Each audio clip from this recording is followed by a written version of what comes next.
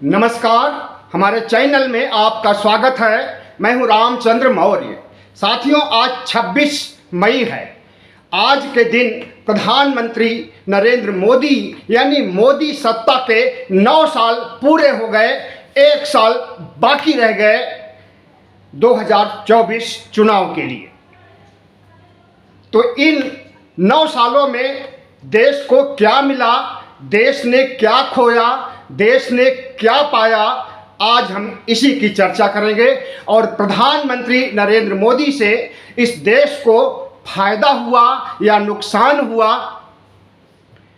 इसका काला चिट्ठा पेश करेंगे। तो साथियों, 2014 में जब प्रधानमंत्री नरेंद्र मोदी सत्ता के लिए प्रचार कर रहे थे और गुजरात के मुख्यमंत्री थे, तो उस समय के वीडियो जितने भी थे आज वे नहीं दिखाई दे रहे हैं।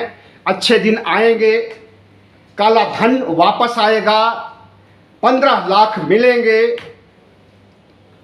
बुलेट ट्रेन आएगी, स्मार्ट सिटीज बनेगी और नए भारत का निर्माण होगा। नए भारत का निर्माण तो दूर, पुराने भारत का ही नक्शा बदल रहे हैं प्रधानमंत्री नरेंद्र मोदी। देश को बेचने का काम कर रहे हैं, या यूं कहिए कि देश को बेच चुके हैं प्रधानमंत्री नरेंद्र मोदी। विकास तो हुआ नहीं, विनाश अलबत्ते हुआ है। जितनी मौतें इन 9 सालों में हुई हैं, उतनी मौतें आज़ादी के बाद से लेकर के अब तक किसी भी कालखंड में किसी भी प्रधानमंत्री के राज में नहीं हुई है। कोविड काल में 47 लाख से ज़्यादा मौतें भारत में हुई हैं, जिसे छिपाया गया। WHO का कहना है कि भारत में 47 लाख से ज़्यादा मौतें हुई हैं और प्रधानमंत्री नरेंद्र मोदी की सरकार कहती है कि 5.5 लाख के आसपास मौतें हुई हैं। कोविड काल में भारत सरकार की स्वास्थ्य नीति का, स्वास्थ्य के क्षेत्र में विकास का सारा दावा खुल गया और ऑक्सीजन तक नहीं मुहैया हो पाया। बेड, अस्पताल, वेंटिलेटर की तो बात ही दूर। इन्हीं सब वजहों से मौतें हुई हैं लाखों की संख्या में। प्रधानमंत्री नरेंद्र मोदी ने जिस तरह से नोटबंदी किया और उसमें फ्लॉप रहे, उन्होंने कहा कि नोटबंदी से काला धन बाहर आएगा, आतंकवाद का सफाया होगा, भ्रष्टाचार का उन्मूलन होगा। लेकिन इसमें से कुछ भी नहीं हो सका। उन्होंने 1000 और 500 की नोट को बदल करके 1000 के बजाय 2000 के नोट चला दिया और उस 2000 के नोट को भी अभी पिछले दिनों वापस लिया गया। हालांकि वो चलन में है अभी और 23 तारीख से 30 सितंबर तक उन्हें बदला जा सकता है, लेकिन 30 सितंबर के बाद वही हाल होगा जो 2018 में 1000 की नोट का हुआ था। और सुनने में आ रहा है कि 1000 का नोट फिर से आ रहा है, हरे कलेवर में, हरे रंग में। पहले यह नोट लाल रंग में था। तो इस तरह से प्रधानमंत्री नरेंद्र मोदी न तो आतंकवाद को मिटा सके, न भ्रष्टाचार को मिटा सके और न काला धन वापस ला सके। 15 लाख तो देने की बात दूर, लोगों की जेबें खाली कर दी, लोगों को नौकरियों से महरूम कर दिया और कारपोरेट को बढ़ाने के चक्कर में मध्यम वर्ग की जेब काटने का काम किया। बहुत सी बैंकें बंद हो गई, बहुत सी बैंकें लूट करके लुटेरे, गुजराती लुटेरे विदेशों में भाग गए। अरबों रुपए का चूना लगा हमारे देश को प्रधानमंत्री मोदी की 9 सालों में। तो आपको मालूम होना चाहिए कि प्रधानमंत्री नरेंद्र मोदी की कथनी और करनी में कितना बड़ा अंतर होता है। उन्होंने जो कुछ भी 2014 में लब्बो लुआब दिखाया, लोक लुभावन नारे दिए, आज उसकी चर्चा कहीं भी नहीं है।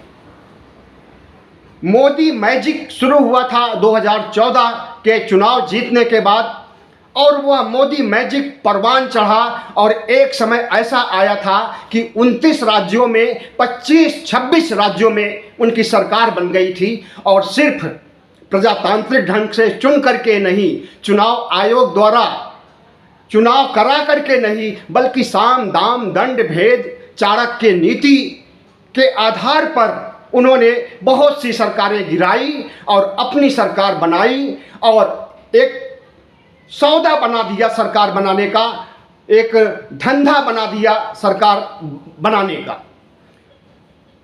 सरकारों की चोरी किया प्रधानमंत्री ने 2014 के बाद से लेकर के इन 9 सालों में।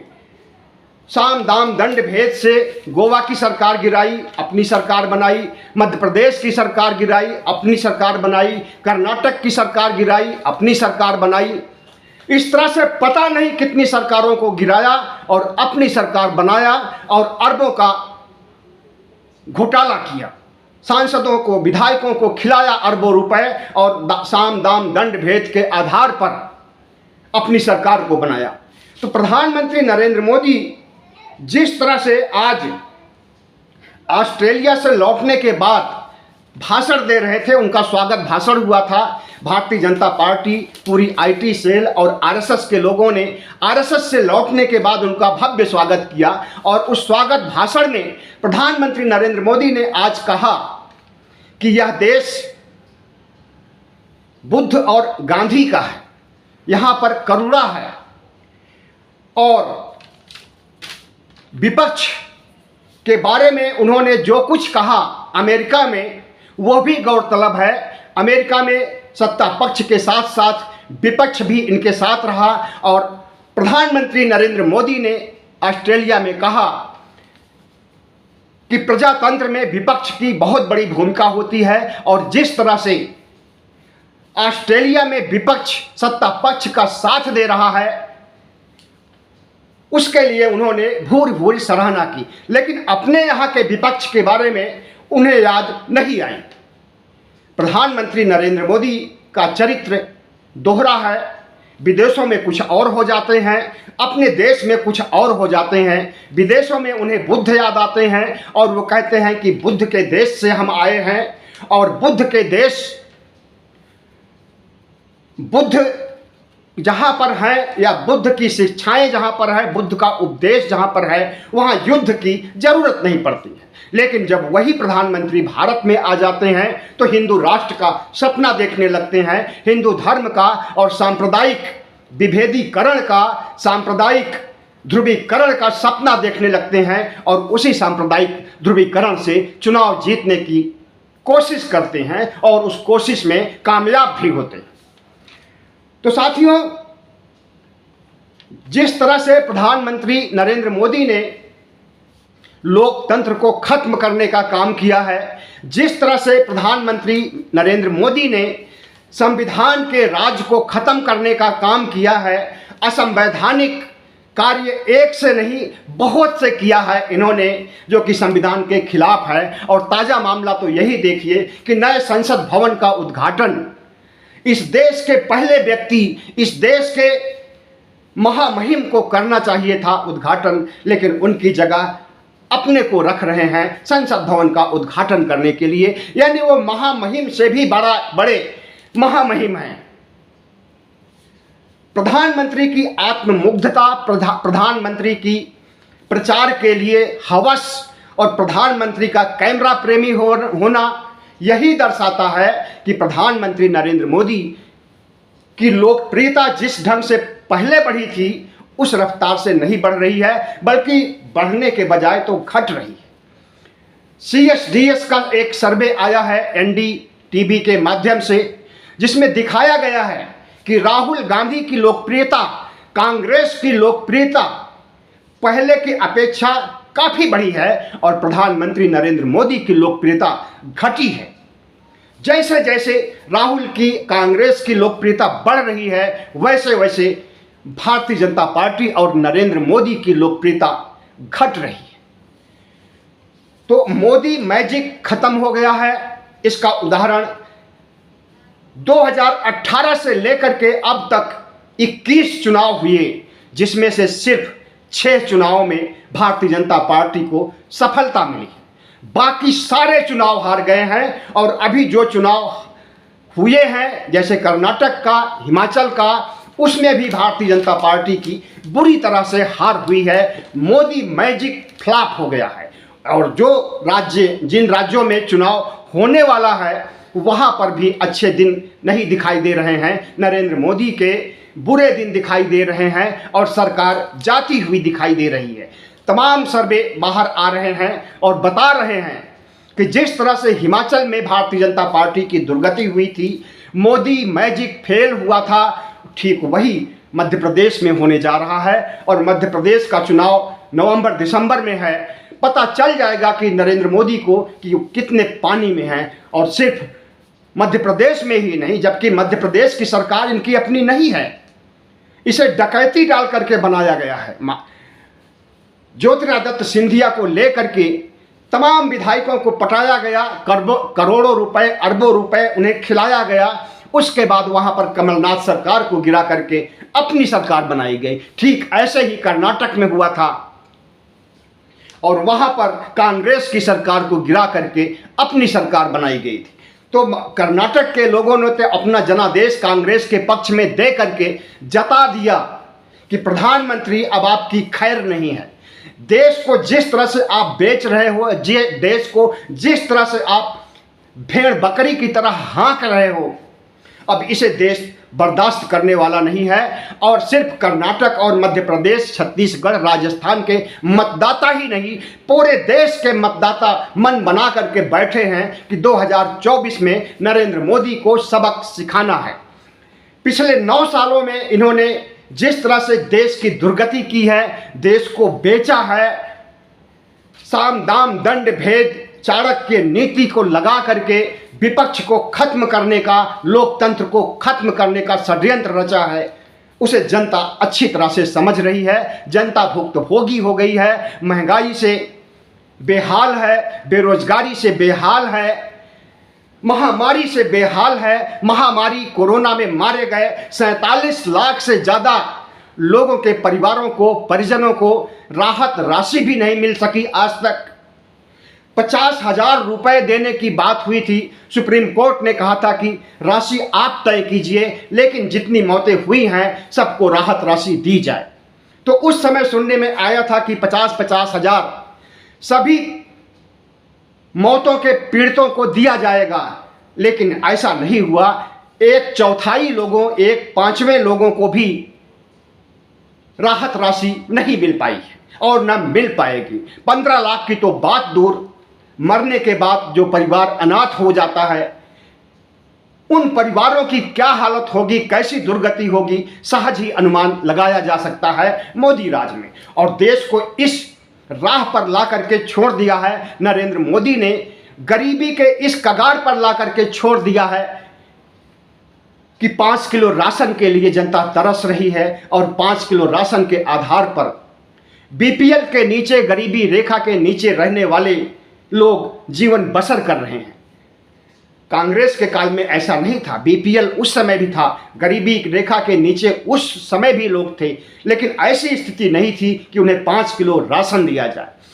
तो इन 9 सालों में प्रधानमंत्री नरेंद्र मोदी ने देश का विकास नहीं किया है, विनाश किया है। आप किसी भी क्षेत्र में देख लीजिए, प्रधानमंत्री की कोई उपलब्धि हो तो बताइए कि उसमें वो 100% पास है। उनकी ऐसी एक भी परियोजना नहीं हुई, सामने नहीं आई है जिसमें कि वे पास साबित किए जाएं या 10 में से 2 नंबर भी उन्हें दिया जा सके। इन 9 सालों में कांग्रेस ने जो बनाया था, नेहरू से लेकर के मनमोहन सिंह तक जो बनाया था, देश को, देश की कंपनियों को, सरकारी कंपनियों को उन्हें बेचने का काम किया है नरेंद्र मोदी ने। और जिस तरह से खुद तो हिंदू राष्ट्र की बात नहीं करते हैं और आरएसएस के कंधे पर बंदूक रख करके भारत को हिंदू राष्ट्र बनाने के लिए चले हैं और तमाम हिंदू संगठनों को इस काम में लगा दिए हैं कि वे जगह जगह कस्में खा रहे हैं, शपथें खा रहे हैं, मार डालने, काट डालने, नरसंहार करने की बात कर रहे हैं और भारत को हिंदू राष्ट्र में तब्दील करने की प्लानिंग कर रहे हैं। हिंदू युवा वाहिनी, जिसे कि योगी आदित्यनाथ ने कभी बनाया था, देश में कई शहरों में शपथ आयोजित किया हिंदू राष्ट्र बनाने के लिए। सिर्फ युवा वाहिनी ही नहीं बल्कि आरएसएस के जितने भी संगठन हैं और आरएसएस खुद भारत के लोकतंत्र को खत्म करके, भारत के संविधान को खत्म करके हिंदू राष्ट्र बनाने के लिए आमादा है। और जिस तरह से आए दिन हिंदू राष्ट्र के लिए आंदोलन होता है और तमाम हिंदू कट्टरपंथी शक्तियां एकजुट होकर के हिंदू राष्ट्र की मांग करती हैं और हिंदू राष्ट्र में लागू किए जाने वाले संविधान का निर्माण कर चुकी हैं, मनुस्मृति के आधार पर आपको मालूम होना चाहिए कि भगवा संविधान बन चुका है। और वह भगवा संविधान हरिद्वार के धर्म संसद में पेश भी किया गया है। अश्विनी उपाध्याय जो भारतीय जनता पार्टी के नेता हैं, प्रवक्ता हैं, उन्होंने पेश किया था भगवा संविधान हरिद्वार के धर्म संसद में। तो इस देश में प्रधानमंत्री नरेंद्र मोदी ने इन 9 सालों में देश को तोड़ने का, लोकतंत्र को खत्म करने का, न्यायपालिका की क्या स्थिति मचा दी है कि आपने अच्छी तरह से देखा कि प्रधानमंत्री और न्यायपालिका के बीच, सुप्रीम कोर्ट के चीफ जस्टिस के बीच और प्रधानमंत्री नरेंद्र मोदी के बीच 36 के आंकड़े का संबंध है। इनके मंत्री, इनके कानून मंत्री जिस तरह से न्यायपालिका के खिलाफ बयान देते रहते हैं उसे भी आपने सुना होगा। न्यायपालिका की साख को, न्यायपालिका की स्वतंत्रता को, न्यायपालिका की गरिमा को मटिया मेट करने के लिए नरेंद्र मोदी की सरकार ने जो काम किया है वो बहुत दुर्भाग्यपूर्ण है। इन 70-75 सालों में आज़ादी के बाद ऐसा कभी नहीं हुआ है।